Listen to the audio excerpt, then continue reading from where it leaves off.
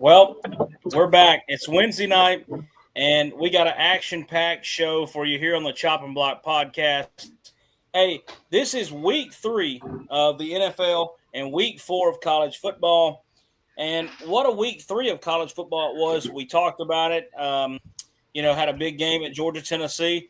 We're going to cover most of those games from last week as well as look to this week's games. And, man, what a week in the NFL last week. 2 great weeks to start. Can't wait for week 3. First slide, heat check. If the season ended today, who is in the national championship? I'm going to give you my pick first. Right now, if the season ended today, I'm going Georgia, Miami. Craig. I'm going to cop out on this one. I'm going to say Ohio State and a litany of 3 different SEC teams. Take your pick. KD? It's easy for me. It's Georgia, Ohio State. Wow. The Thoroughbred Havoc. Not to copy you, Steve, but I got to go.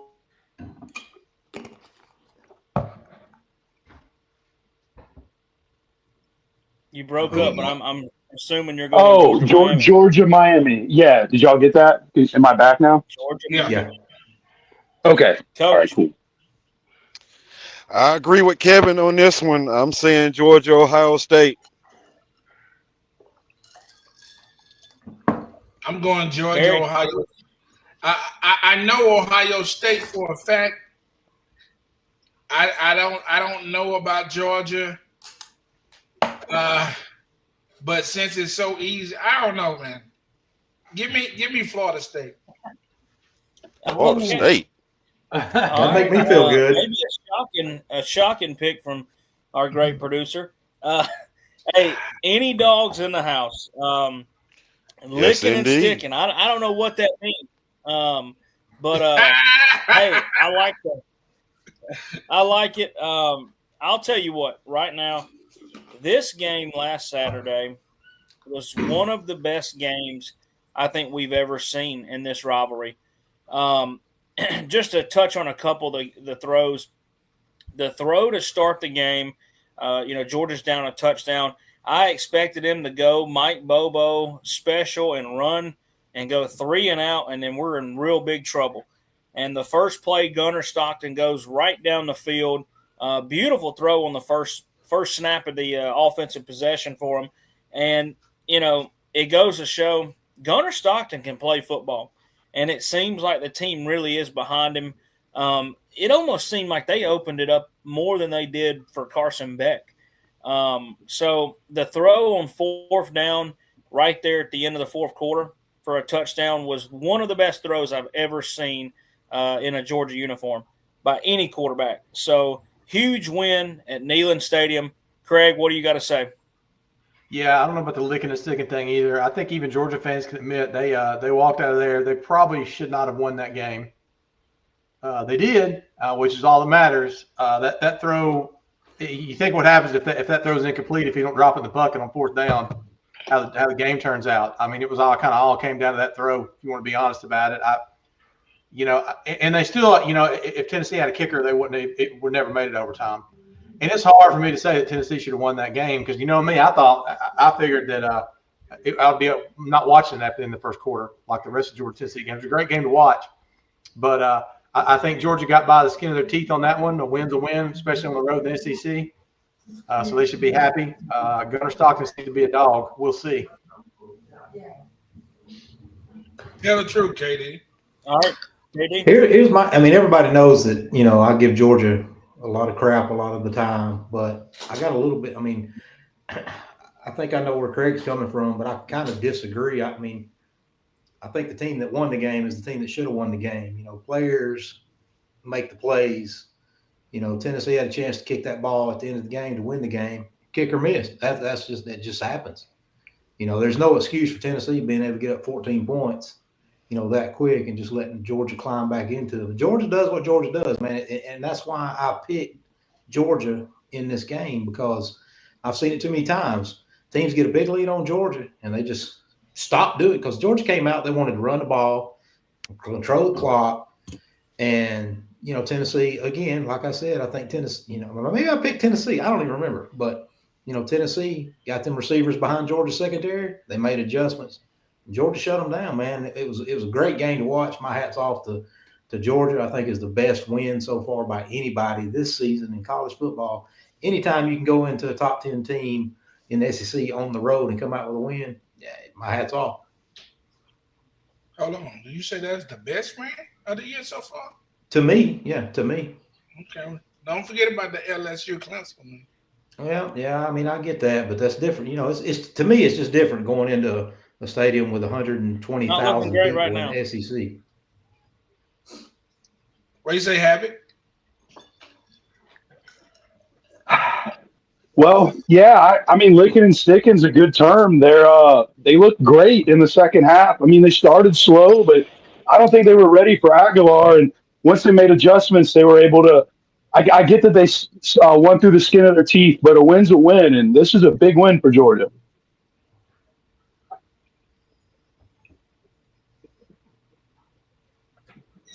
Coach? Well, I'm going to be honest. I'm a Georgia fan, probably the biggest one in here. I'm wearing something dogs every day. But our secondary is very suspect right now. So even though we came out with a win, I really wasn't sold on what our secondary was doing in that game. But then I can turn around and say he may not be the king of the hill, but damn it, Bobby, Josh Heupel is starting to turn into an SEC coach that's got much respect that I respect because the game plan that he came out with is a game plan that he knew exactly who he wanted to target on Georgia, and he was successful doing it. But being a second half coach, making adjustments and getting his team ready to come out and fight in the second half, no matter what, hats off to Kirby for that. But it was a great ball game. But like Kevin said, going into a top ranked SEC game on the road and come away with a victory is one of the hardest things to do. And I agree with that. But I also got to agree with Craig. I think Kirby got lucky. Yeah, he played a good game.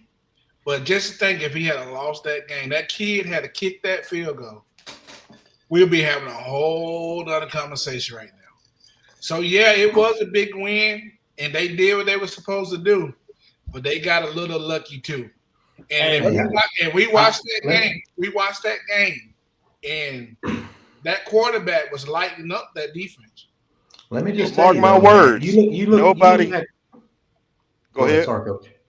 Oh, my bad. But one thing I can say is, no matter how it goes, there will not be an undefeated SEC team at all this year. That's right, and that's what I was, kind of leading into. Like, you go back and look at every national champion in the past, with the exception of a couple teams. There was a couple dominant teams, and I don't want to get into arguments by telling you who they are, but almost all of them get lucky. And that's all I'm going to say. There, at some point, you're going to have luck to win your game. Yeah. Hey, let me ask you a follow-up question for this game, guys. So one thing, you are right. The secondary, we can say they got burned because they gave up a lot of passing yards. But there are three balls in particular that, if you look at it from a coaching perspective, we got a guy there. We just didn't make the play. And that's the frustrating thing for me as a fan. Is like, man, we really had a guy there to make a play. And Tennessee makes a better play. I mean, that guy, what was it? Is it Brazil or Brazil, something like that? Whoever that kid is, I mean, lit us on fire. I think he had 3 or 4 touchdowns. And it's just, winning jump balls. So, like, that's my question to you is Georgia's defense, are they really getting burnt that bad, or is Tennessee's offense that good? Because Georgia also had 2 interceptions there. I think more of the story of this game is when Georgia did get ahead, they had 2 bad drives where they only got field goals. If they score touchdowns there, the game might be put out of reach. Since the rule changes came into place about how defenses can play, being in the secondary is the hardest position in football. The wide receivers know exactly where they're going. The secondary's got to guess. There's some educated guesses in there, but again, I've said it for 5 years. If you get within 5 yards of receiver and you make any contact, they're calling pass interference. So those big plays that Tennessee had, yeah, you're right. Georgia had guys there. They just didn't make the play, and Tennessee did. That happens sometimes. Sometimes quarterbacks are in a rhythm and they throw passes that you can't defend. And you just kind of, you take it with a grain of salt and move on. Well, see, one of the problems was when it comes to defensive back, being a former defensive back, when you got coverage on a guy and you got him locked and you all on him, the first thing you would think is, ain't no way it's coming over here because I got him locked. They don't have the mindset that I'm finna get some work today. And they don't realize it doesn't matter how well you're covering the guys. These quarterbacks nowadays, they will throw that ball. See, it used to be a such thing as, oh, he's a cover corner. Well, a cover corner means 9 times out of 10, we're not going to his side. That's irrelevant now. Well, It doesn't matter how good you cover. That ball is still going to come. well, and coach, this, I was thinking about this too. Where is Georgia ever going to be weak at? You're not going to line up and run the ball up the middle on Georgia. You're very seldom going to run around the corner. So they have, if any team to beat Georgia has to attack the secondary all game long. Yep. So Yep. because they're weak nowhere else. They're more physical and bigger than anybody in the country where it matters. So they have to pick a poison. So of course, overall, I was happy with the way that Georgia came out. I felt like they resembled a Georgia team, and like we say, remember guys, it's early, so everybody trying to get fired up. It's a little bit more competitive. Like I wouldn't be surprised. I've been on Alabama's butt, and we'll go ahead and slide to that while we get into this. I've been on their butt about what can happen in this game, but I'm gonna go ahead and say almost back. They almost back. Now, yeah, we might say it's who they played or whatever. But if you allow somebody to get some confidence, build up some confidence, and like Georgia get up for Tennessee, Alabama's going to get up for Georgia. And so that game right there is going to let us know how far back Bama is. But if Bama wins this game, it's 2 weeks, right? Yep. If they win this game in 2 weeks, it's back on. Yeah, I agree, Barry. I think this game used to be the biggest game of the year, no matter how many times they played it. Kind of like Alabama LSU was there for a couple years. This game's going to be huge. I would assume College Game Day will be there, which is usually not good for the Georgia Bulldogs against Alabama if College Game Day is there. But I'll tell you this game is going to be great. But you are right. There's two things that could happen here. If Alabama wins, people are just going to forget the loss against Florida State for a little while. And if Georgia, for some reason, were to blow them out, they will – you'll see for sale signs in Kalen DeBoer's yard on Sunday morning. I just think they will overreact, and they're going to really be calling for his head. They were already calling for his head. But I do think that they're a good football team. I think Florida State is a whole lot better than we thought they were. And honestly, they just pushed Alabama around. But Alabama looks a little bit better. And I think they're going to, they're going to be ready for Georgia. There's no doubt about it. So we'll see. Craig. Yeah, saying they're back is a bit of a stretch for me after getting humiliated in Tallahassee, especially with the two teams they played. You guys are in the chat. You heard about the 70 on, we're back. According to Alabama fans, after the first half of the second game, they were going to win the national championship, most of them anyways. So, we'll see. The good thing about this, I've watched a bunch of stuff. We're going to talk about Oklahoma and Auburn later. But The good thing about this is you can sit here, we can talk about it all day long. They still got to play the game. So we're going to find out a lot next week. KD? Is Alabama back? No, they're not back. They're back heading in the right direction. We had to have these last two games. They went perfectly to build the team's confidence. But are they on the Georgia, Ohio State, even Oregon level? I don't know. I don't want to say yes or no because I truly don't know. I want to see, an Alabama team that like Georgia this past weekend that comes out and gets smacked in the mouth. The other team has all the momentum. I want to see Alabama weather that storm and make that comeback and make it, not even if we lose to Georgia, that's I'm not saying that's not a bad loss. Obviously, it's in Athens. If we can make that a competitive game and we lose at the end, Georgia kicks a field goal to win the game. Hey, hats off to Georgia. They won at home. I don't want to say we're back. We have played a lot better. Obviously, that's due to a lot of competition. I think Florida State may be improved a good bit, but who knows? I'd like to see it at the end of the year. I got to see more about Alabama before I start talking about their back. Havoc? No, not yet. They're not back yet. They look better than week one. They're taking some steps in the right direction. Ty Simpson's been playing well. I would say ask this question again in a month, and then we'll know for sure. It's too early to say right now if they're back, though. That's a great point. A month. I think you're right. Coach? Well, I'm going to be honest about it. They really hadn't went nowhere. Is now, does the coaching staff understand what it takes to win in the SEC and to try to go further?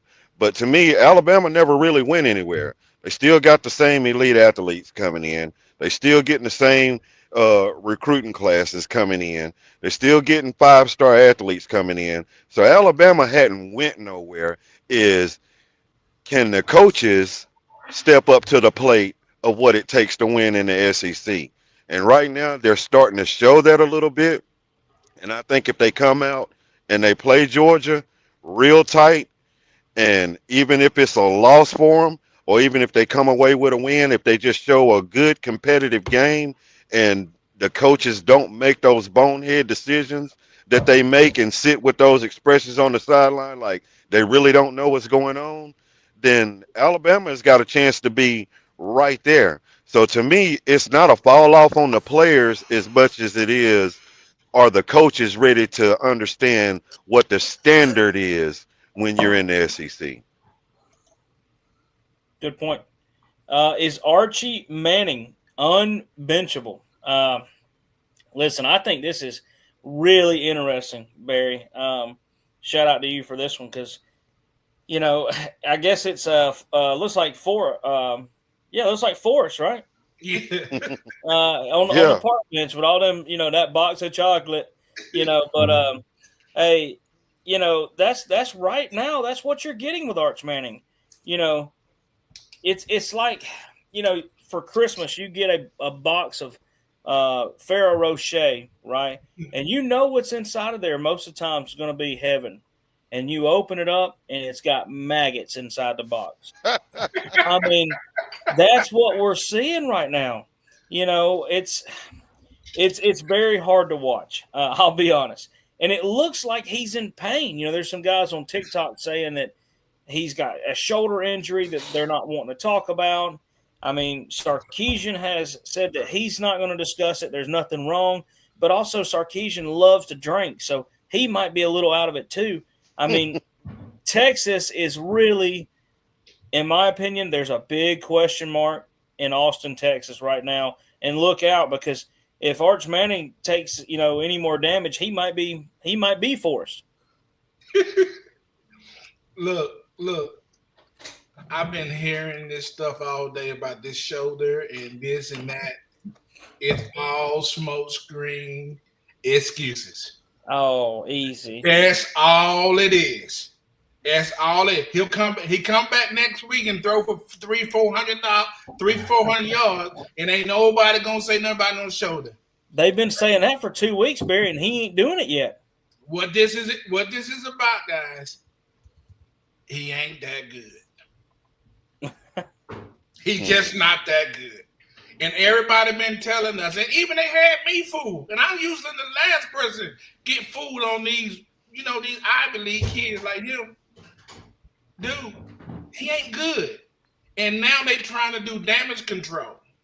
But this question is, though, will they bench him, or what does he have to do to qualify to be benched with that last name? Is he unbenchable, Havoc?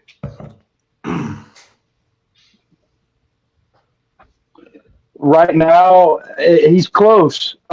He's not unbenchable. I'll say that, but I would consider getting the backup a few reps in if he struggles. That I don't mean take him out completely. Just let him know that, hey, if you keep playing poorly, you could be benched. But he's only a redshirt sophomore. He's got time. But yeah, right now it doesn't look good.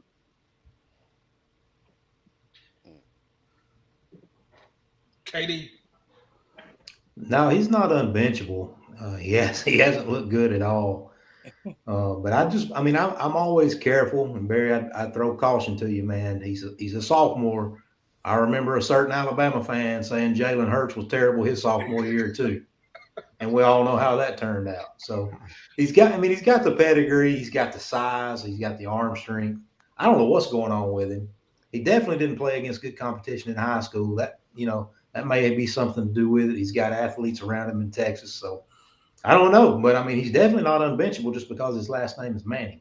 So we'll see. Yeah, you're right about the competition in high school. I sent Barry a video. It's like me and extra large shoulder pads running at him. Yeah. I think we've all seen that. It's bad. Coach, what do you got to say? Well, all I can say, if it's Archie, Texas ass in trouble. Because he ain't going to do nothing but run around on the field with a little hover around wheelchair after that I hit him one time. But as far as his grandson, Arch, man, he is unbenchable. It's too much in the name. It's too much in the NIL. It's too much in the fame and the fortune that comes with it for Texas to go and bench this guy. Because the one thing y'all got to realize is there's a such thing as a transfer portal. And that would be the biggest commodity in the transfer portal if Texas put him on the bench and they know it. Hey, Craig, come in, keep on cooking though. Yeah, man. Yes, he's unbenchable. I want to say yes, he absolutely is unbenchable for the things Coach mentioned. Also for the fact the backup quarterback is a transfer from Troy. That's Troy, Alabama. So it's not like they got the great, competition chomping at the bit to get behind him. But you can't pay this kid whatever $4 million a year and not have him out there. And his last name is Manning. I mean, that's a bad look. I tell you what happens if Sarkisian benches Manning, his seat gets hot. Yeah. And I'll say this too. I got to watch Craig play high school football. He's pretty damn good offensive lineman. If Craig played against that division in high school, he would have probably had offers from every team in the country too. So I mean, Craig could have knocked them boys around pretty good. So it's got a lot to do with it, I think. Yeah, man. I'm telling you, I just got to thinking about this because anybody else without that name, we wouldn't even be questioning this. Right. Well, when you phrase it that way, though, that he came from so I'm with Kevin. Does he have the intangibles? Absolutely. Does he have the arm strength? Yes. He's got the size. He just hadn't played competition. I mean, you talk about a crash course. This is the first year he's been running this ship. He just came in last year on some mop-up duties to keep his red shirt eligible. He didn't. He's never started. This is the SEC. It's in front of rabid Texas fans. Matthew McConaughey's over there pumping up the sideline. Yeah, you know I mean? And they haven't even reached the meat of that schedule yet. Yeah. True. They do have Sam Houston and then Florida to tune up on over the next couple of weeks. And I hate to speak poorly of Florida thoroughbred, but it is what it is, brother. We suck, bro. You can talk. Hey, You might get the last laugh on that one, Happy. Be careful. You might get the last laugh. Hey, what's your problem with this? Another problem that might be on the Texas sideline is Matthew McConaughey does not wear deodorant. Proven fact. So it's got to be stinky over there. But I don't want to know how you know that, Dalton. No, it's for some reason he's like an activist against deodorant. So hey, that's weird. But there's a lot of weird things in Texas. Anyway, what's your problem with the top 25 so far? Listen, I'm going to throw just a couple quick ones. Illinois is at 9. I mean, they haven't played anybody. It's confusing. It's like, a new video game comes out. They say it's going to be great, and it should be $20, and you pay $60. Just a little confused. It's going to be great, and it should be $20, and you pay $60. Vanderbilt at 20. I think they should be a little bit higher, along with Georgia Tech at 18. Everything else, I'm okay with it. Craig. Yeah, I'm with you on that one. Vandy, Illinois and Utah and Texas Tech and these teams being you were talking about signature wins. I mean, I don't know if you guys watched the same game I did. That was a big, big win for Vanderbilt to go to South Kakalaki and put the whooping stick on them. Mm-hmm. So, that's a pretty big signature win. If the things that happened last year hadn't happened, that would probably be their signature win. Beating Alabama last year is their signature win up till now. So I'm starting to get on the Vandy train and anchor down a little bit with old Davis over there. I told y'all. Well, yeah. Okay, so who does Vandy have this week coming up? Do y'all know? Let's see. Surprisingly enough, I did see where Pavia's attorney is lobbying for another year eligibility. Oh my God! They got Georgia State, Utah State, and then Alabama. Yeah, they're going to be 5-0 coming into Alabama. Yep. Oh wow! Ooh. That's going to possibly be I'd say if Alabama plays competitively against Georgia, it could possibly be a top 15 matchup. Yeah, I think it would be. Who would have thought you'd say that? Vanderbilt in the top 15 matchup. Crazy. Well, you remember I told y'all why Kevin is so high on Vandy and why Tony is so high on Vandy. That's not true. I already told y'all why. Hey, no, Tony bashed Vandy. I don't know if y'all remember. Tony said, word for word, that they would beat South Carolina, but they would still lose 6 to 7 games. That's what he said. Dude, I've been high on Vandy since last year. It wasn't just because of Alabama. It's because they also beat Auburn. They also almost beat Texas last year. Ooh. And they played really good against Georgia, and they returned everybody. So it was, to me, an easy pick. There you go. What do you think about this list, Kevin? I'm going to be honest, and I'm going to give just my honest reaction to any type of list.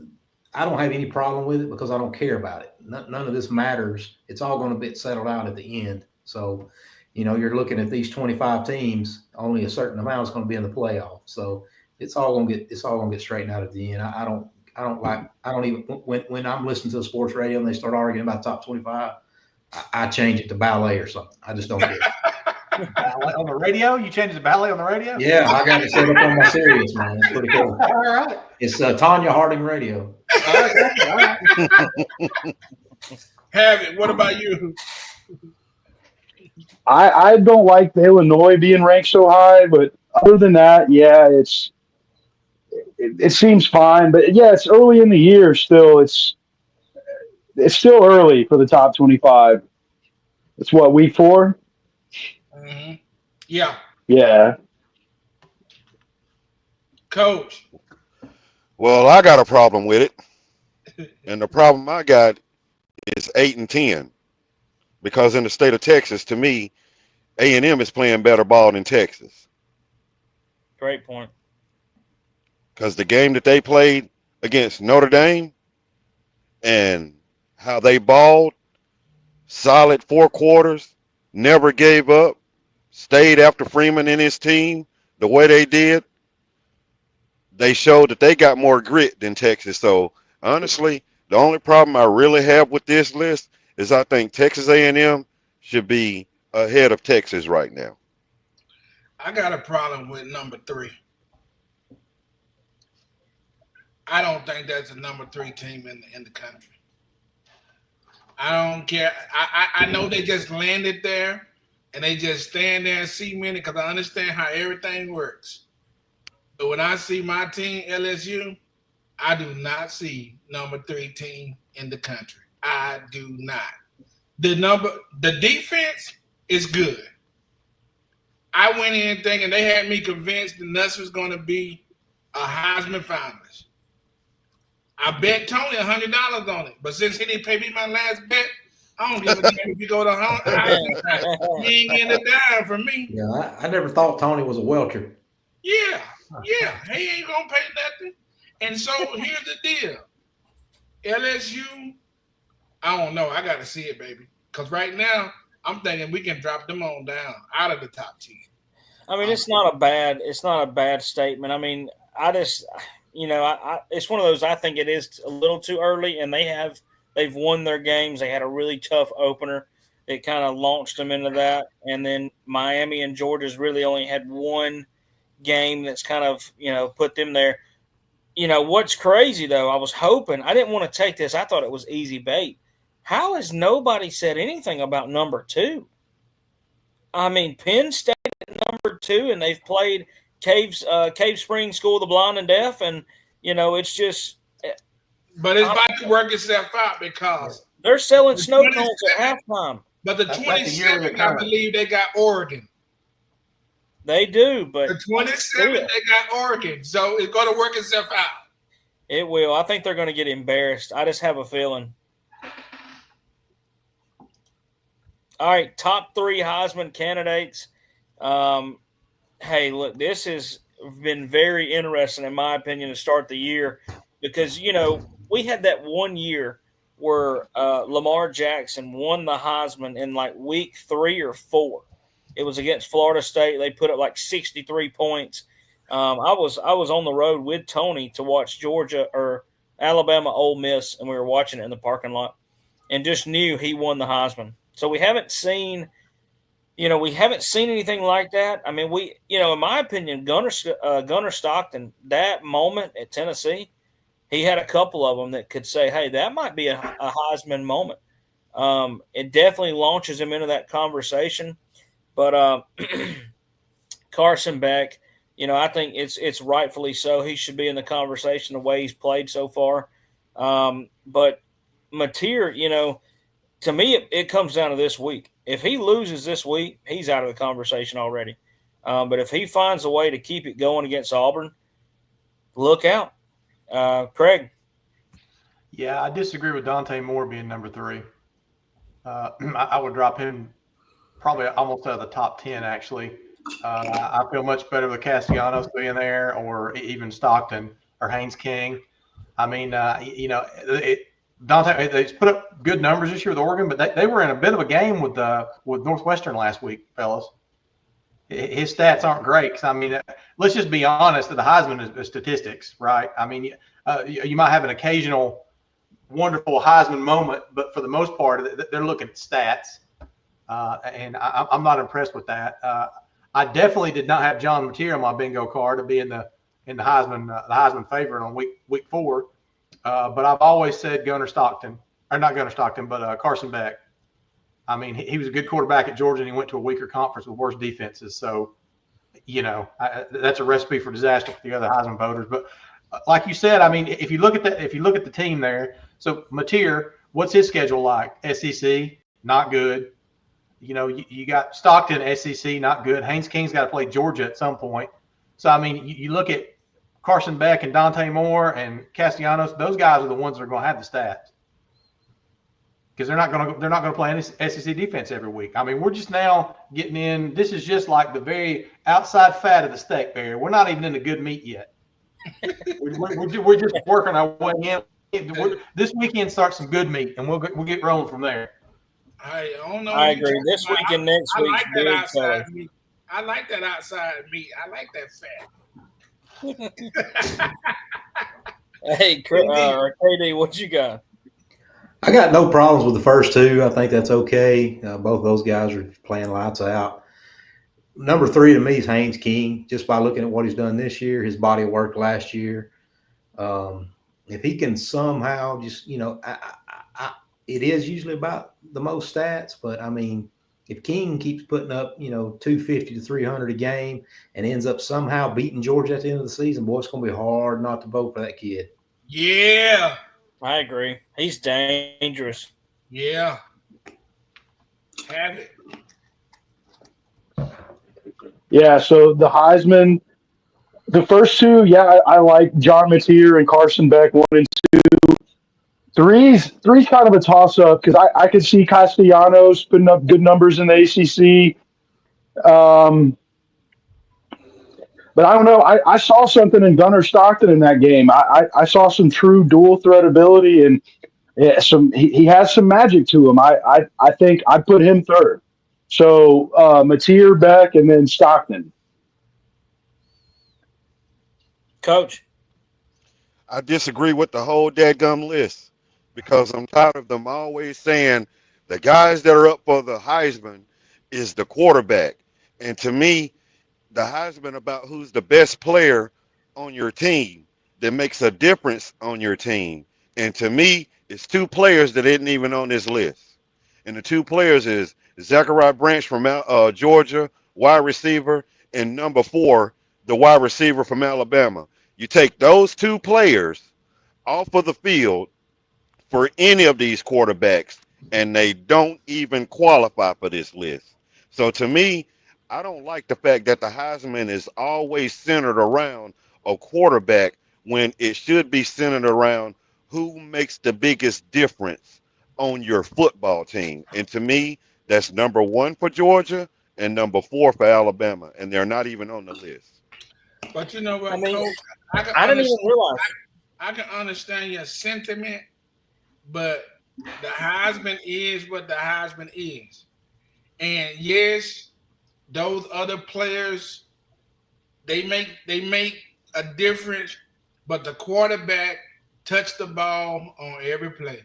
Well, y'all remember who won it last year? I was about to say it's very hard to say that with who won last year. And if you think about this, the game has changed.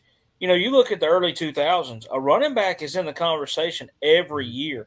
Derrick Henry, Smith. Mark Ingram wins it Devontae Smith won it Yeah. at Alabama. Is there a quarterback? That was Genty, right? Genty was last year, but Travis Hunter won it. Yeah. Oh yeah. Hunter won it. Yeah, but come on, Hunter was. I know. Hunter was different. Hunter was That's different. the thing. Look, Yeah, I didn't realize.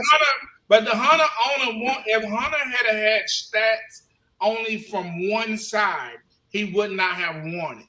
Nope. He won because he played both sides of the ball. But I think to Steve's point, like he said, neither one of us, I didn't realize this was just a complete quarterback list. We're so ingrained now for it just to be a quarterback race that you don't even really look at the list and say, well, hell, where's all the other positions at? So, yeah, and you see Genty's game has translated to the NFL pretty well. Yeah. I mean, y'all watched the same games I did. He's a strong NFL running back. I think they need to come up with another award. Because if you're going to get a quarterback's award most of the time every year, just have another award that you give to a non-quarterback. Well, they do. They've got quarterback only awards, wide receiver, only awards. Just the Heisman is supposed to be the top overall player in college football, and it usually does go to the quarterback. But I will say this. I mean, I think most of the time that since I've been alive where I could look at the Heisman and say, you know what, I think they got it right. I think some years have been questionable. And then I think there have been maybe just 1 or 2, if we're just going to say robberies. But I think for the most time they get it right. But, I do agree. And not having somebody from the wide receiver position or running back is kind of shocking right now. But games of the week, Miami, Florida, Oklahoma, Auburn. That game's going to be at Oklahoma. Is it at Miami this year, correct? Or is it at Florida? I think it's at Miami. Oh, is it? Yeah, Look I it up. think. So Utah, Texas Tech, that's going to be a great game in my opinion. Missouri, South Carolina. This game would have been even better if South Carolina wouldn't have got blown out last week.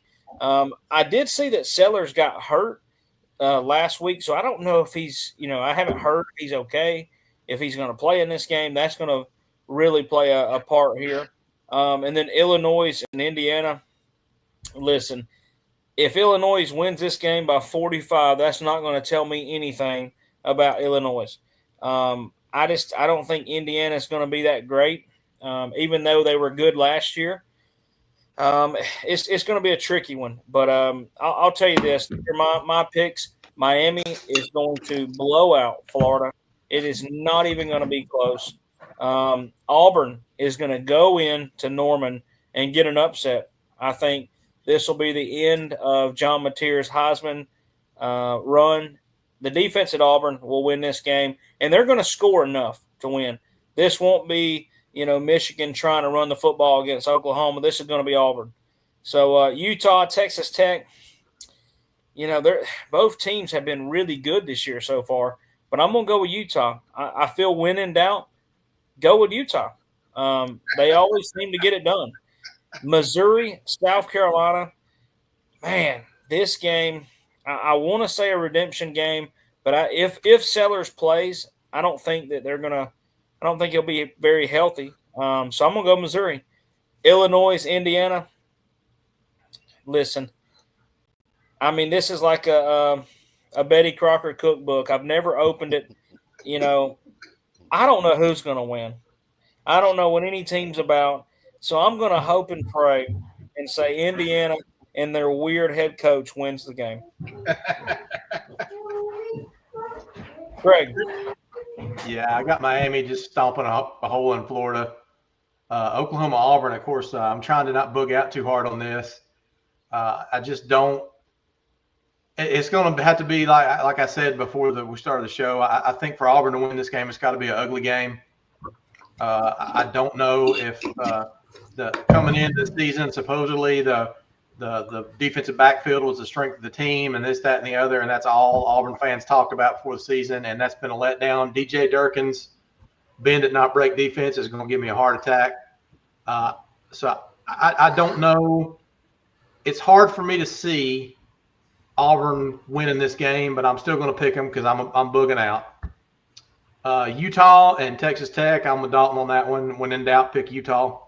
I think Missouri is going to beat the pants off South Carolina because South Carolina's quarterback's out. Mateer, he was a big force on that team. Illinois and Indiana. I'm with you, Dalton, on this one as well. I hope Indiana upsets Illinois, and I don't even know what the hell I'm talking about. So, according to the numbers, that'll be an upset. So, go Indiana. Yeah, if we were talking basketball, we would be tuned into that game, I think. But KD, what do you got to say? Real quick, because I want to give Auburn and Oklahoma game some love. I got Miami big over Florida. I got Utah over Texas Tech. If Seller plays, I'm taking SC. Currently, I'm going to pick Missouri.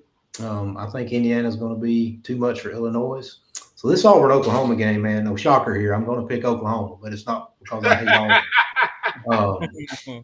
It's in Oklahoma. Oklahoma's rolling on offense, but Auburn can win this game. They could, at the very least, cover. Auburn is not going to be able to go into Oklahoma and run the football. Brent Venables is going to bring 8 to 9 players every single play. It's what he always does. You can't run on them. If you can't pass on them, you're in huge trouble. If Auburn comes out the first 2 drives, they can't throw the ball in Oklahoma, they're going to get blown out. Mm-hmm. But if they come out and Jackson Arnold has a big revenge game, because he wants this game. He wants to show all those Oklahoma fans they got rid of the wrong kid. So if he can come out and hit some deep balls against Oklahoma and loosen that defense up to run on them, Auburn can pull off the upset. So I really don't care who wins, honest to God. But I just can't wait. This game's going to be so much fun. It's the best game of the weekend.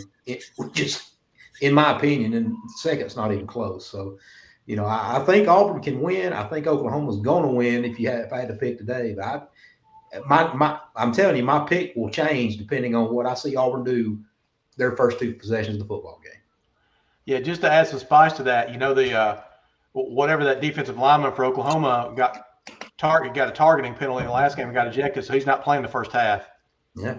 So he's supposed to be their best defensive lineman. I don't even know his name.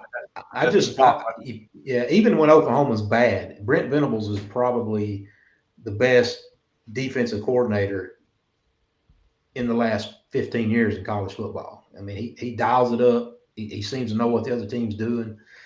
If Auburn can throw on them, it's going to get interesting. Havoc, I know you picking Florida. Come on, baby. Not a chance. We're not going to beat Miami. Carson Beck's going to pass all over our defense. This game's hard because Auburn. I do think Auburn's got a good team, but I got to go with Oklahoma here. John Mateer's playing some good ball, and KD said a lot about Brent Venables that I would have said. And Utah, Texas Tech. This was a tough one, but yeah, I'll go with Utah. Missouri and SC. Yeah, I was originally going to go with SC, but now with Lenore Sellers being hurt, if he doesn't play, I got to go with Missouri. It's going to be dependent on his health. If he plays, I'll go with South Carolina, though. And the last game here, Illinois versus Indiana. Illinois, it's just random here. Yeah, I haven't seen these teams play much. Illinois. Just an update, guys. I just looked. So apparently Lenore Sellers is out from a concussion, and signs are good that he's going to be able to play this week according to On3. So just to spice it up a little bit. Because we all know 6 days is enough to get over a concussion.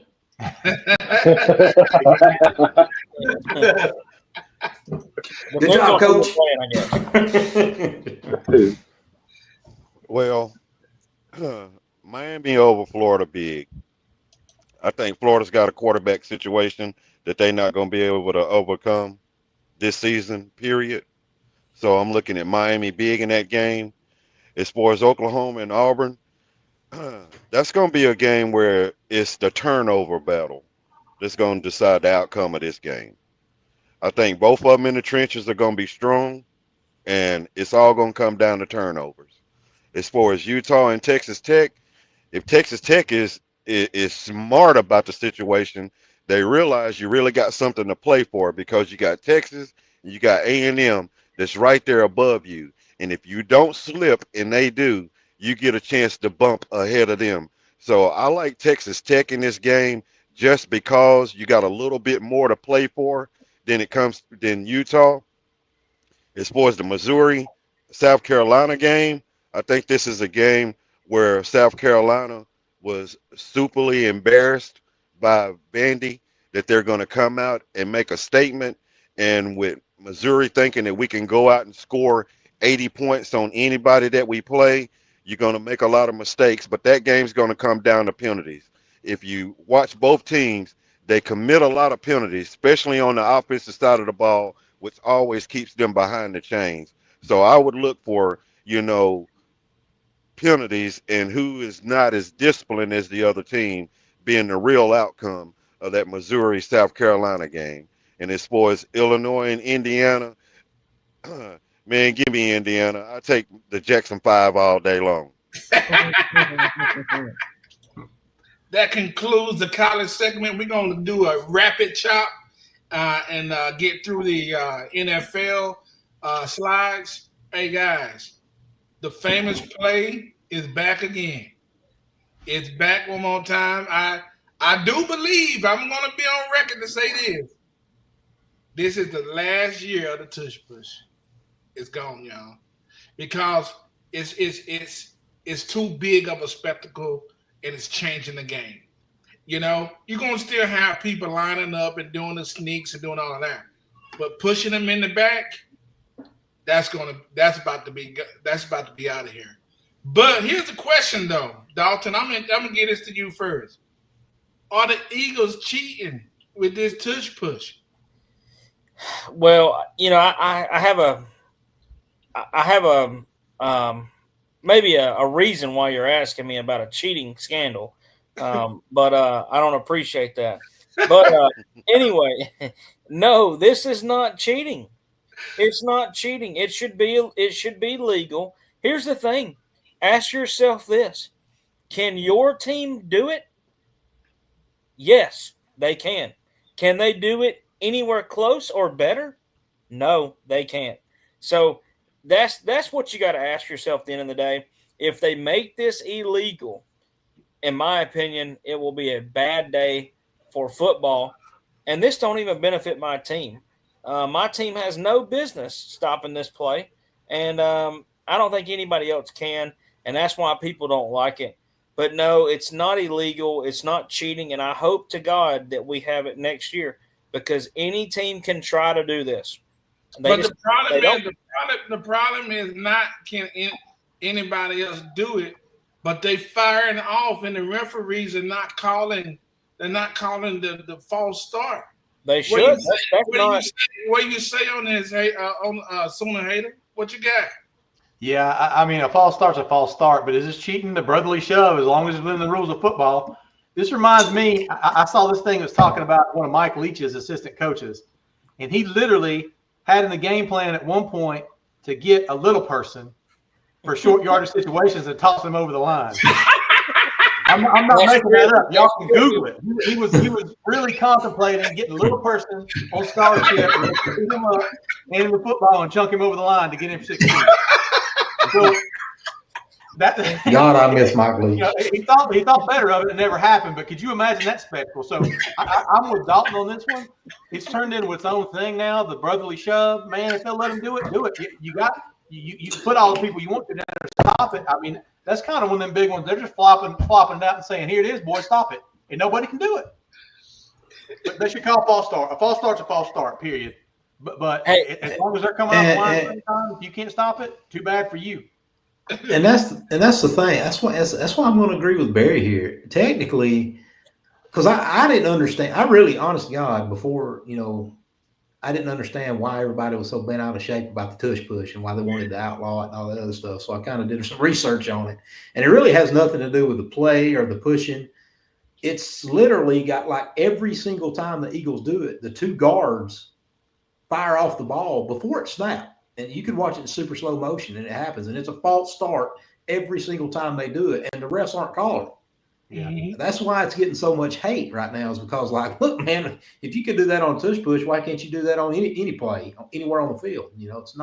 It's not fair that they're not calling it, and it's the play itself isn't cheating, but the false start and letting them get away with it, it ain't the Eagles cheating, it's the refs cheating.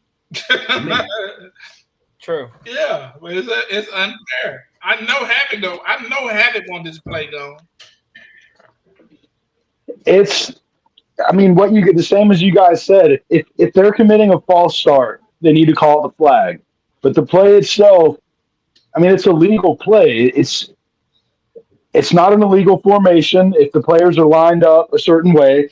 But with the way they're doing the false start, yeah, that needs to be called every time it's done. And they need to make the refs aware that it's going on. And if the refs aren't aware, then yeah, this is bad. They're aware. They just don't call it. They need to start calling it. They really do. Hey, I will say real quick. I actually think, Craig, you made a good point. If you threw a little person across the line, you would gain some yards. Every time. You get a linebacker. Yeah, get a linebacker that can bench press 600 pounds and just let him toss a midget across the line. Yeah. Hey, speaking of which, I just looked this up. So Reach even had a name for it. He called it the dwarf package or the Shire package. He was trying to instill this in his damn offense, boys. Hey, Mike Leach was crazy, man. He literally was crazy. He was a gift to football. He said you could throw him over or just flip him over, just to get the 6 feet, whatever you got to do. I would love to see it. Coach, what you got? It'd be like Tony lining up the backfield and Barry tossing over the line. Well, that's tough angles. Don't talk him up. Please don't talk him up. Well, honestly, the Chiefs did stop it. It was only successful 2 out of 5 times. That's So true. the Chiefs did stop it. So as far as it being a play that you want to say cheating or anything like that, no. But what I would do is on the defense is if I know that you're going to run the tush push, then I'm just going to do the Troy Polamalu. I'm just going to go over the line of scrimmage and I'm just going to bust the quarterback right in his mouth. Yeah. But is that even legal anymore? They can't do that on Nope. kicks, They took that off the defense. That's an illegal play now. Nobody can jump over. So if you want to make the tush push a legal play, then you got to give defenses a chance to have a counter play for the tush push, and that's the only thing you can get. I mean, that's the reason why you see nobody going over the top on this picture, because now that's considered an illegal play on defense. But if you're going to run the tush push, it's lined up. You got one formation that you're in. The whole stadium and everybody outside of the stadium know what play is coming. Then go ahead and let the defenses be able to line up and run a play to counter it. Yeah. Yeah. Well, I tell you, I think that this is going to be the last year that we see it. And I'm going to hate that it left, but you got to think about it, guys. Without this play right here, it might change the history for the Eagles. I mean, Yeah. this play is huge for what they do. Hey, man, let's talk about some little ice cream. Has Baker Mayfield. Yeah, I'm talking about Baker Mayfield. Look at Dalton. He sat up straight when I said Baker Mayfield. Has he risen to the cream of the crop? Talk to me. Well, listen, I said it when he came to the Bucs. I said, y'all are sleeping on Baker Mayfield. And guess what? I'm right. He leads the NFL in passing yards and touchdowns since he joined the Bucs. And he's won, I think, 2 division titles. And I think he's been to the NFC divisional round. So, dude, the guy's a stud. He has got a dog in him, that's for sure. And what he did in the fourth quarter was just unreal. So, listen, he is a top 5 quarterback in the NFL. And anybody that's got to disagree with it, go ahead. Hey, look, two-turn not trying to pop. I told y'all, he just talked him up. He talked him up. What the hell do you want? We having a show. Hey, look, I just got done training these little kids so that they ain't so bad when they get to high school. Here goes any If hope I of was, this thing if being I over was, at if 9 I was o'clock. one of them little kids, I'd kick you square the nuts. They can't kick that high. Craig, what you got on Mayfield? Yeah, you better put some respect on that man's name. Not P-E-C-K, respect. So yeah, it's hard to say he's you say risen. It's hard to say anybody's risen when he's 5'4". But I mean, the proof's in the pudding, like Dalton said, man. What do you want this guy to do? And he can dance. So I give it to that. He can dance. He can dance. He's risen the career. I don't know. Top 5. I don't know. I'd have to really buckle down, look through that list to make him top 5. But I'll say this: he is an elite NFL quarterback right now. Absolutely, KD. I know you agree. Oh, yeah. You know how long I've been on the Baker Mayfield train. I liked him when he was at the other crappy team. But to me, and I know this is going to sound sacrilegious because I'm about to compare him to one of my all-time favorites and one of the best, Brett Favre. He's just, to me, Baker Mayfield is a gunslinger. And if this was 1994, he'd probably be considered the best quarterback in football because he improvises all the time. The more pissed off and frustrated he gets, the better he plays. It almost seems like he sometimes comes out lackadaisical, like this past weekend. And then he almost got injured, and the other team started talking smack. And then what happened? He made them pay, and that's just his makeup, man. I love the guy. I think he's great. I'd love any team in the NFL.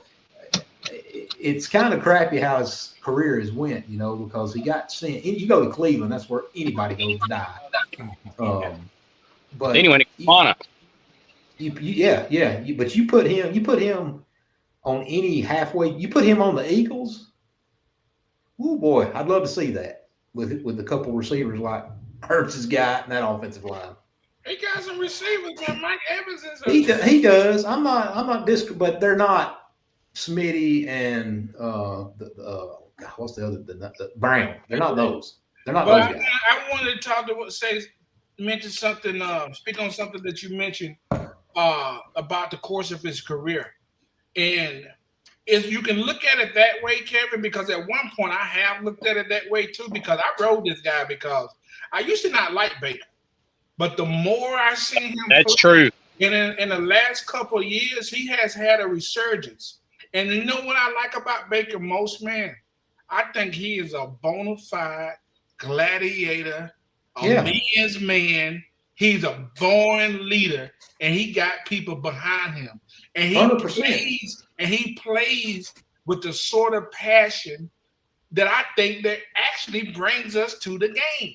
Yeah, he gives you everything in his body every single game. Yeah, and I know his team. I know right now, if I walk into Tampa Bay's locker room and I say, tell me something about Baker Mayfield, everyone I'm going to say, Baker's a motherfucker. And it's crazy, man. His arm strength for his size is unheard of. Yeah. Abby, what you got on this guy? Yeah, he's definitely risen. Baker's now he's having fourth quarter comebacks and game-winning drives like it's nothing with Tampa.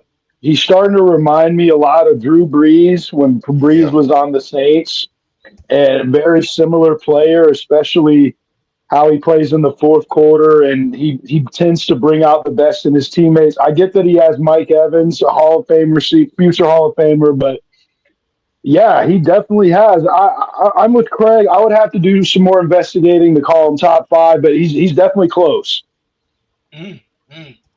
Coach, what you got on him? I agree 100% with Havoc on that one. That's who Baker Mayfield and his mentality, that's who he remind me of. So if I was looking at this ice cream on the shelf, I'm going to get the Chunky Breeze.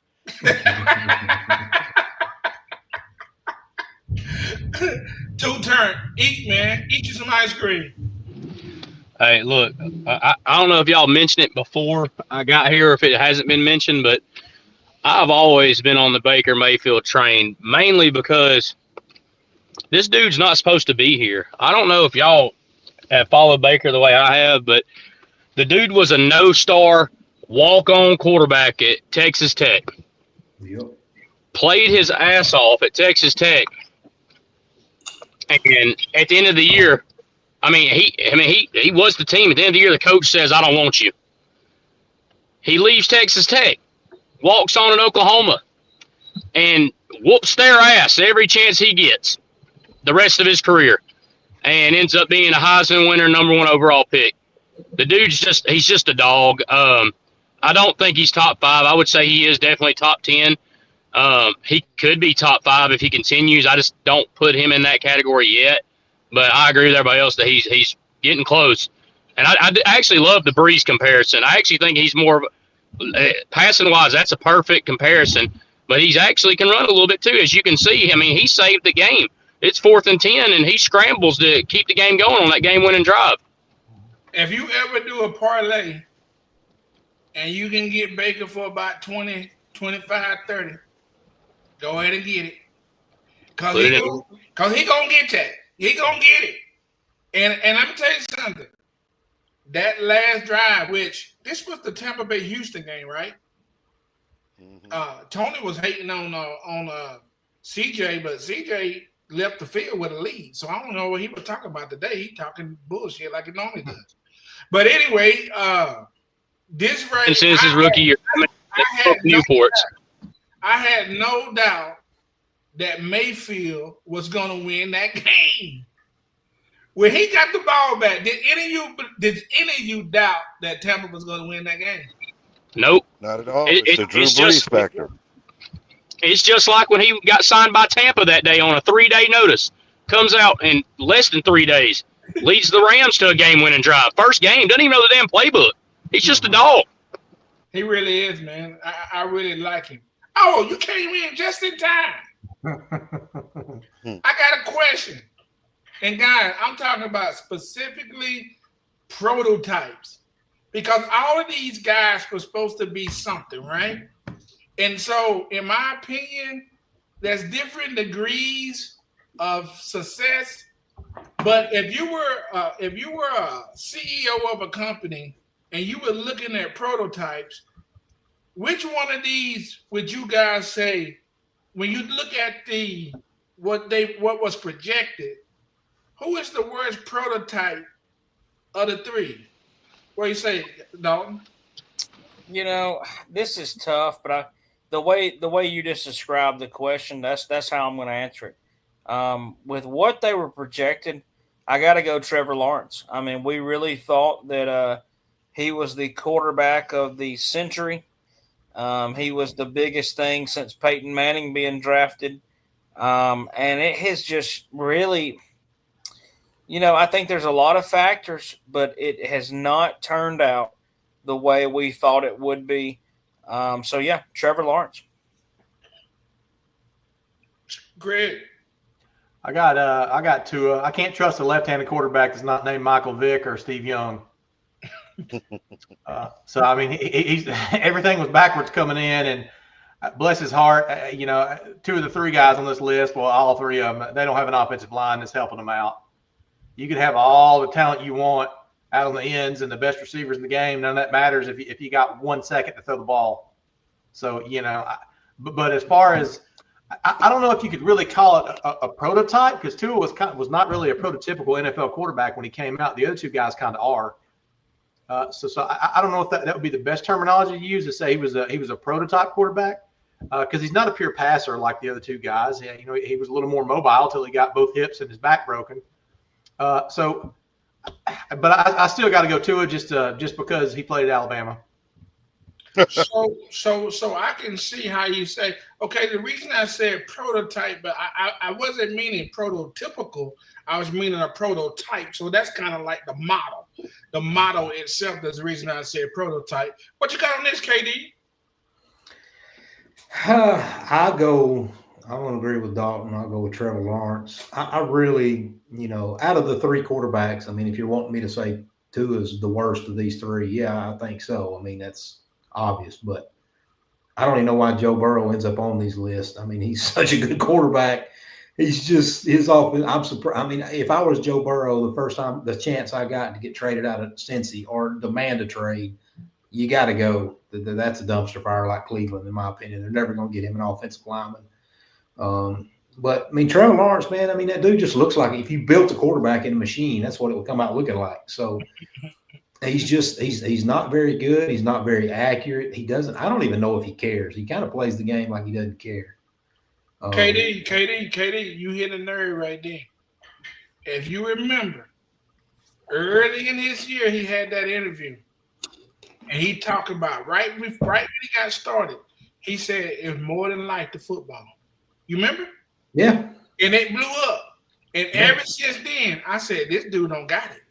Yeah. He doesn't have it. Nobody want their quarterback, the highest paid asset on the team, to be saying, especially that early in his career, that there's more to the game, more than life than football. And that's what I said. I haven't spent a lot of time watching Jacksonville football, but the game I did watch this weekend, I mean, he was like just nonchalant with the coaches, waving them off like he didn't want to hear what they were saying. That's the first time I really, paid attention to his mannerisms during the game. And he really just didn't want to be there, it didn't look like. Well, I've never seen him do that. I think that it might be a sign of maybe it's all he's having his own little meltdown. But I'd be interested. I'm gonna tell you, that's my pick. I think the other two guys, to me, they are what we thought they were. But I think everybody thought that Lawrence. We thought the fraud was Prince. To me, Can I just say one more thing? To me, Tua is going to be the guy that I always think of what could have been if he didn't take the bad sacks and get the terrible concussions. I mean, that's got to affect you. If he didn't get the injury, all these injuries, if you had an old offensive lineman that would give him more than 2 seconds. But at some point, all those excuses don't matter. And I'll say one thing in favor of Tua. And y'all know I don't dislike the kid. I just hate how people try to make him more than he is. I won't call no names. But I do believe that if he was with the right coach, he would be so much better. Sure. And that'll never make you the best, one of the top 5 QBs in the league, but at least he could have been looked at it a different light, kind of like the kid in Detroit right now. Golf. Golf. He was never going to be a successful quarterback until he got with a really good offensive coach, and they got a lot of skill players around him to help him be that way. And now Golf, if you hear people talking about him, some people want to argue him in the top 5. There's no way he's there. He's only there because of the situation he got stuck in. 100%. Habit. Talk to us, Habit, on this. As someone who's watched almost every single one of Trevor Lawrence's games, part of what you guys are saying is true, and part of what you guys are saying is way off. He is my pick, but here's why. Yes, he hasn't lived up to first overall expectations, but here's the reality. He is a modern-day Jay Cutler, and anyone who watched Jay Cutler play and it has seen Trevor Lawrence play, you can't tell me they're not similar. Yes, he's going to throw some touchdowns. He's going to throw some interceptions.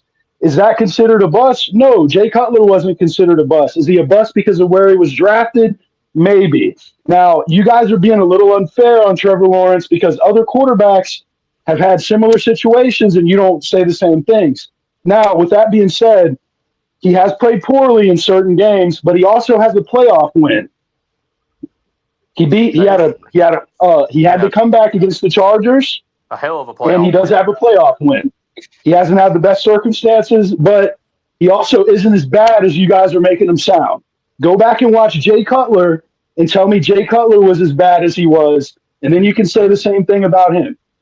I don't put a lot of stock in a playoff win. I mean, I'm old enough to watch. Remember when Frank Wright won a playoff game. So I mean, bad quarterbacks sometimes a comeback win. Games. Right, a big comeback.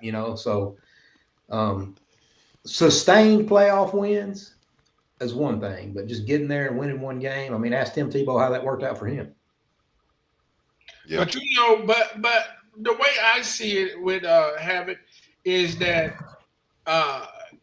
Trevor Lawrence it's not about how he is compared to other players. For me, it's more about where he was projected and what we all thought.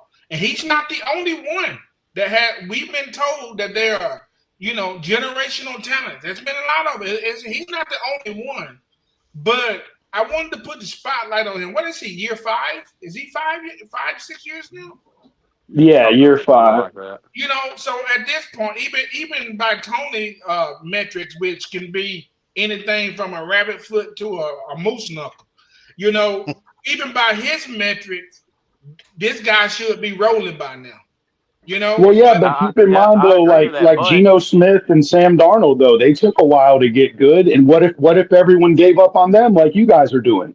I just don't think it's fair. I got a different perspective of Havoc too, I'm with you. So I'm gonna start with Tua first because I want to go off what Kevin said. See, I agree with Kevin about Tua never reaching his full potential, but I don't think it has anything to do with the bad sacks, the concussions, all that. I mean, if you go back and look to his freshman year in college to when he got hurt in college, that hip injury kept us from seeing, despite how much I love Tua as a person, despite how much I still think he's a good quarterback, I don't think he's elite. I think he's above average still. I still think he's a really good quarterback. He will never be what he was supposed to be simply because, that injury ended Bo Jackson's career.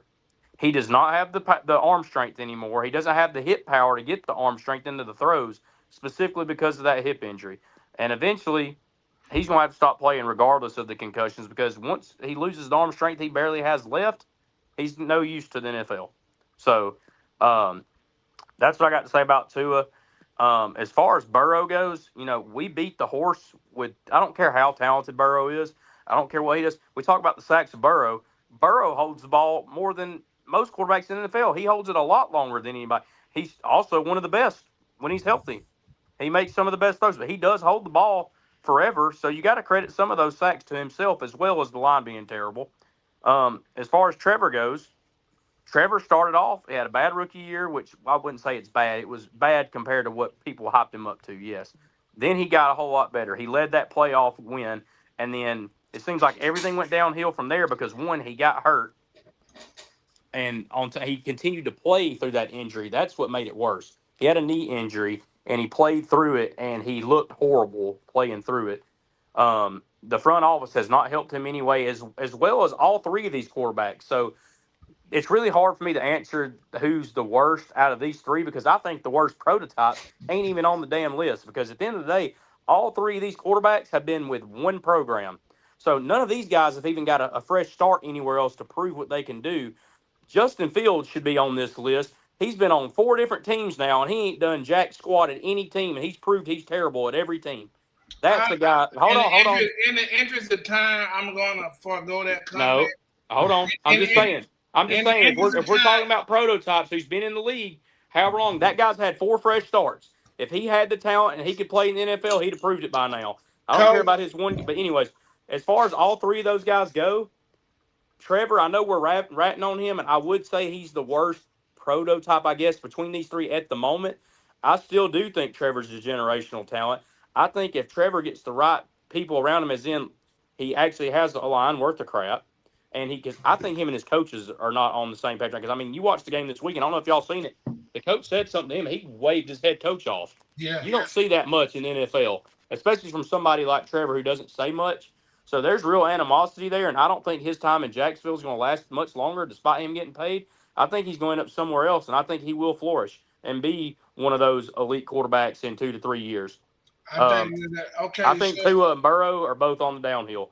I think Burrows won't be in the league in 6 years. I think Tua won't be in the league in 6 years. That's my prediction. Okay, Coach, what you got on this one? We gotta get the dumpster juice and we can have it. What you got? Well, I'm gonna keep it short and simple, and I'm gonna keep it short and simple on the coaching aspect. You got 2 of these quarterbacks that's got a coach that has confidence in their quarterback throwing the ball downfield. And you got one guy who throws a bunch of screens. So that tells you that there's no confidence downfield calling plays for him to throw the ball. Because or with for your one, line also. Yeah, well, we can always say the line. Everybody can say the line. No, I'm But just stating that they can't even run the ball. It's that bad. They're terrible as a whole team. but at some point, you're going to have a playbook, regardless of who it is, that's going to go downfield. So if you only call screens the majority of the time for your quarterback, then that means you don't have confidence in him making the right decisions throwing the ball downfield. Because 9 times out of 10, if Tua throws a ball across the middle, it's a pick.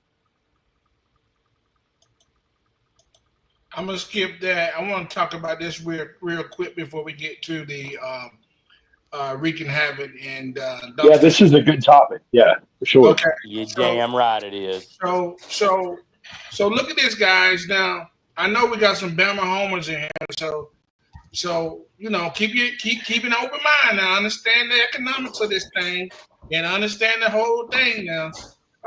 Is this dude gonna be a backup or is he gonna be a Mack truck? Talk to me, Dalton. Well, he was originally drafted to the Patriots, and I was very happy with that. I thought he had some very good games in New England. He was right after Tom Brady. Insane shoes to fill, and I thought he filled them well. I was actually disappointed to see him go. I do like Drake May a little bit, but I don't. In my honest opinion, I still think Mac Jones is better than Drake May. Is Mac Jones going to be the quarterback for the near future or even the future in San Francisco? I don't know. But should he be a backup in the league? No. He should be a starter. I just don't know if it's going to be in San Francisco. Craig. Yeah, he's a backup, at least in the team he's on now with Purdy. I mean, I'm literally looking at the side-by-side stats. Even in less starts, Purdy's. Granted, I mean, comparing the two, there is no direct comparison, apples to apples, because you look at the 49ers stats when Purdy was starting. I mean, they were stacked from top to bottom versus the teams that Mac Jones was on, which, I mean, that's not a fair comparison, right? Mac Jones got a little dog in him. He will punch you right in the ding-ding. I remember that. So, you know, I don't want to talk poorly of Mac Jones just for that simple fact is he'll slide into you and hit you right in the jump. I really don't like you. This is kind of one of those other quarterbacks, and he's falling under the radar. But at some point, it's like it almost seems like a setup. Like Purdy's about to get paid, and what happens? He gets injured. I mean, I don't want to say I'm not going to put him up there with Mayfield because that's a ridiculous comparison, but he should have a little bit of respect on his name by this point, right? At least I feel like he does. Maybe it's just me. No, it ain't just you. It ain't just you. I mean, winning an NFL football game is hard enough, and that guy's done it pretty often in the position he's in. And he's you know, all the NIL quarterbacks in the NCAA make more money than he does. That's a fact. So. Oh, not anymore though. Not anymore. He got his contract. Did he get his contract? I hadn't followed that closely. Yeah, he got paid. I know that the majority of the NIL deals, NCAA quarterbacks are making more money. So, but I still think, I mean, you got to dance with the one who brought you, right? I don't know how they do that with Purdy, unless we just don't know more and it's a bad injury and it's going to be a year-long deal. But I don't think that's the case. Well, I'm interested in this. This is where I've been wanting to hear, KD, what it is. Well, first of all, I want to say, look, listen to Craig. I mean, that's the first time in 3 years I've ever heard him say anything decent about an Alabama player. He said he had a little dog in him, even though he called him a backup to begin with. So I appreciate that. Look, man, like it or not, this is the guy Shanahan wanted from day one. Oh, what? He wanted to draft Mac Jones, and everybody knew it except the front office. The front office wanted the other kid with the higher ceiling, whatever that means. Mac Jones is a more accurate quarterback than Brock Purdy. He's got a stronger arm than Brock Purdy. You let Mac Jones reel off some wins with this team when Purdy gets healthy, it wouldn't put it past me for Shanahan to stick with him. So I'm going to say Mac truck right now because Mac Jones has the reins in his hands, and if he can continue to play ball, it's going to be hard to bench him. Like the Sooner hater said, it's for me, Mac Jones. I believe in Mac Jones. I think he's good enough to play the position. I do, hands down. The problem I have with Mac Jones is Mac Jones got a screw loose. Hey, that was the same problem we all had with Baker Mayfield at once, right? That's true. That is true. That is true. But I'd be interested to see if Mac going to translate like Baker did. But right. But I will say that it's going to be interesting. What do you say, Habit? Mac's definitely a starter in this league. Now, what I'll say as far as the 49ers, it's tough to see if Shanahan will bench him if he's playing well. I couldn't see that. Like KD said, if Mac's continuing to throw 3 to 4 touchdowns a game and has a hot hand, I can't see him getting benched. And worst case scenario, Mac's earned a job for next year, I think. And I do think he's going to continue to play well. And if they do stick with Purdy, they can still, I think, at the worst, get a second rounder for Mac for next year. That's interesting. Coach. Well, I'm going to be honest about the situation. Mac Jones, I like the kid. I like him. I really do. And I think he's a good quarterback. I really do. I never hated on him, even when he was at Alabama. I always liked Mac Jones. I always thought he was a decent quarterback. I always thought he could run an offense efficiently. But in the famous words of that coach, Mr. Lee Corso, not so fast, my friend. This is Brock Purdy's team. Woo. This is not Mac Jones' team. This is Brock Purdy's team. But I know several teams out there in the NFL where Mac Jones is the guy that they really need. And that's hands down because honestly, that's who Detroit needs. And we'll see Cincinnati. Well, no, I don't think Cincinnati because they got their guy. But Jared Goff, I don't think he's the quarterback that Mac Jones really is if you give Mac Jones that same responsibility. But as far as San Francisco, that's Brock Purdy's team, and we just got to be able to live with that.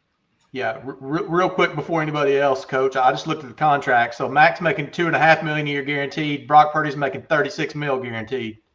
He ain't going nowhere. Yeah, he ain't going nowhere. It's his team. All right, two-turn, make it quick. Hey man, look, you can't rush greatness. First off, second, I think there's a lot of wrongness being spoken in this. There's a lot of truth too. Mac is a starter. People forget when things started going south in New England.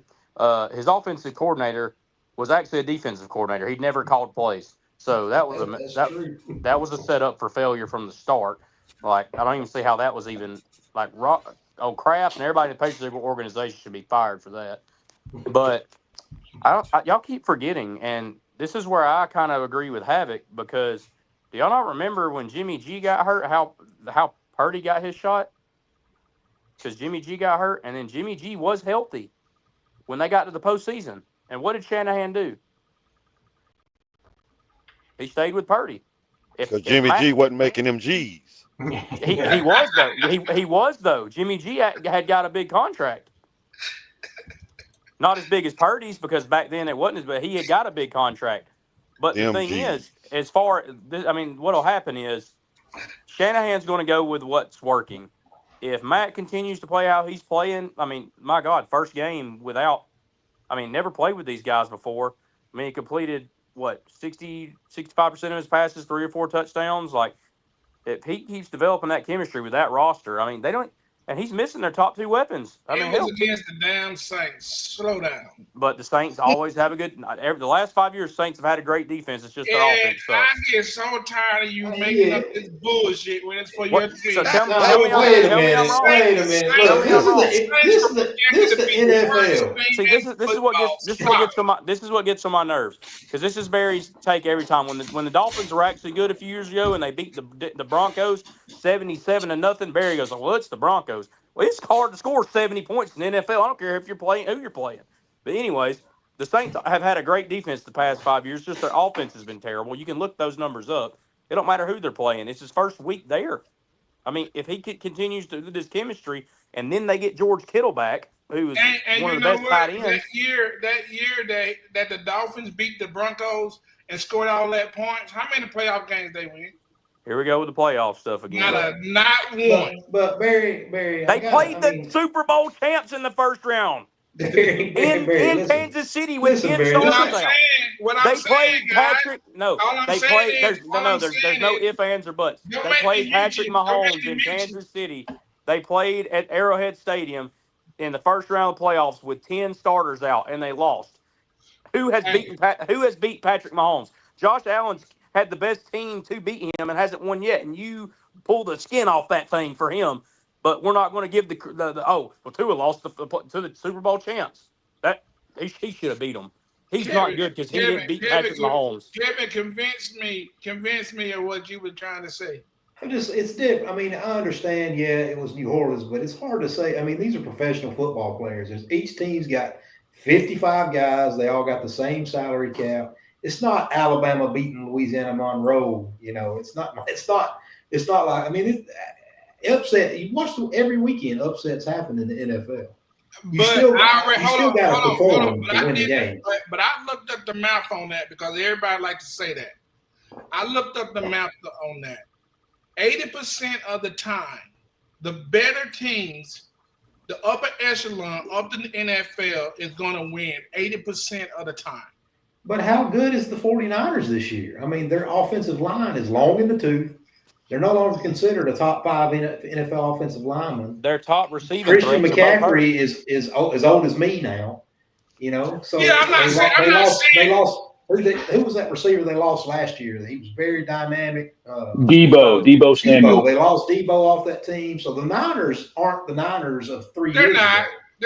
That's what I'm trying to say, Kevin. Right now they look good. The first game with Mac. Imagine how much better they'll look if Mac continues playing the way he does, and they get George Kittle and Brandon Ayuk back, and McCaffrey. Yeah. Like, are you kidding me? Like, Yeah. Shanahan's going to go with what's hot. I'm not saying Mac Jones can't turn around and play bad, but as far as this year goes, they're going to go with what's hot. I agree with that. Let's try to wreak a little havoc. All right. What we got, havoc? Yeah, I got multiple players this week because last week I didn't know we could pick more than one. So who's wreaking havoc this week in the NFL? First, I got to go with Jared Goff. I was going to go with Russell Wilson, but he threw a key interception late in the game to give my Cowboys the victory. But Jared Goff had 5 touchdown passes, 334 yards. Russell Wilson would be the honorable mention. Then next would be your boys from LSU, actually, Barry. Malik Neighbors and Jamar Chase are the other 2 players who wreaked havoc. Malik Neighbors had 9 catches for 167 yards and 2 touchdowns. And Jamar Chase caught 14 passes for 165 yards and 1 touchdown. So those are my players who wreaked havoc. Yes, sir. Yes, sir. Yes, sir. Yeah, I'd like to add, as much as it hurts my Auburn heart, I'd like to add Micah Parsons again this week. Again, he's not up like he should be. I mean, I think he only had 1 sack and a couple hurries, but other teams are having to game plan around that man. He disrupts plays, bro. He's just, if he's on the left, then we go to the right. If he's on the right, we go on the left. I mean, they got a game plan around him. It's crazy. It's time for your favorite segment. It's your team. It's members of your team in the dumpster juice. Holla at us, Coach. Well, I can tell you right now, Barry, that if you got an NFL team that is your team, and right now you guys are 0-2, and we know who you are. I don't care who the quarterback is. I don't care who the coach is. I don't want to hear nothing about they got the worst this or that. If you are 0-2 in the NFL right now, and it's your team, you guys are straight trash. The next move I'm going to make, I'm going to go all the way to Florida, and I'm going to holler at a little gator bite. And the bottom line is that squad has not had a quarterback since Rex Grossman and Tim Tebow. Lagway is the worst way to go when it comes to a quarterback. I don't care about how old he is. Oh, he's just a kid. I don't care. He's a little cross-eyed kid who can't see straight, and he don't know that the other team is not the guys that he's supposed to throw the ball to. So if you are a Florida Gator fan and you're walking around here with a DJ Lagway or whatever his name is, jersey on, you guys are straight trash. Hey, Coach, now, I got a question when you get finished. Let me know when I got a question for you on one of your dumpsters. Because this is my final journey that has nothing to do with any team in college or in the NFL. But I'm about to take my ass all the way to Vegas. And I'm finna find everybody that's got anything to do with these damn lines in these games. And I'm going to chunk their ass in a can and throw them in the back of the truck. Prime example of the reason why everybody that's got anything to do with these games in Vegas is trash is because here it is. Just peep it. All I need to do is win this game by 2 points. because the line is 1.5. Now, I don't know what play in football we can score half a point on, but all I need to do is win this game by 2. And Tampa Bay goes down, scores the touchdown, up by 1, 6 seconds left on the clock, kick the field goal. We're up by 2. I win the game. I can buy a steak tomorrow, but y'all dumbasses go for a 2-point conversion, and guess what? You won the game by 1. So no matter who you are, if you went for the Texans, your ass lost. If you went for the Bucks, your ass lost. So Roger Goodell and whoever tail it is you squeezing on in Vegas, y'all son of a bitches is straight trash. Welcome to Vegas, Coach. Yeah. All right, hey, Coach. So I just want to clarify. You said if a team's 0-2 right now, they're straight trash. So Straight trash. I want it on the record. So you're It's on the saying record. that the Kansas City Chiefs It's straight trash. and the Houston Texans are straight trash. Straight trash. Along with the Saints. Way to stand on it. Along with Carolina. Who else is 0-2? Miami. If you are 0-2, The fake Dolphins. you are straight trash. Notre I'm calling Dame. the Dolphins the Mahi Mahis now. They ain't even real Dolphins right now. They the Mahi Mahis, the Miami Mahis. Fake Dolphins. No, I call them tuna fish. You know what it is. What up, Dalton? Take us home. Hey, great show. Man, you guys got me cracking up there at the end. I'm not going to lie. Always with Coach's Dumpster Juice. And I agree, man. A lot of trash pickups needed last week, but I'm sure there's going to be some more this weekend. Maybe starting tomorrow on Thursday Night Football. So he should have added Josh Heupel in there too on his dumpster juice. Hey, we're gonna leave Bobby Hill alone until season 2 of the restart of King of the Hill. But thank y'all for joining the Chopping Block podcast. We will see y'all next Wednesday night. Yeah, we about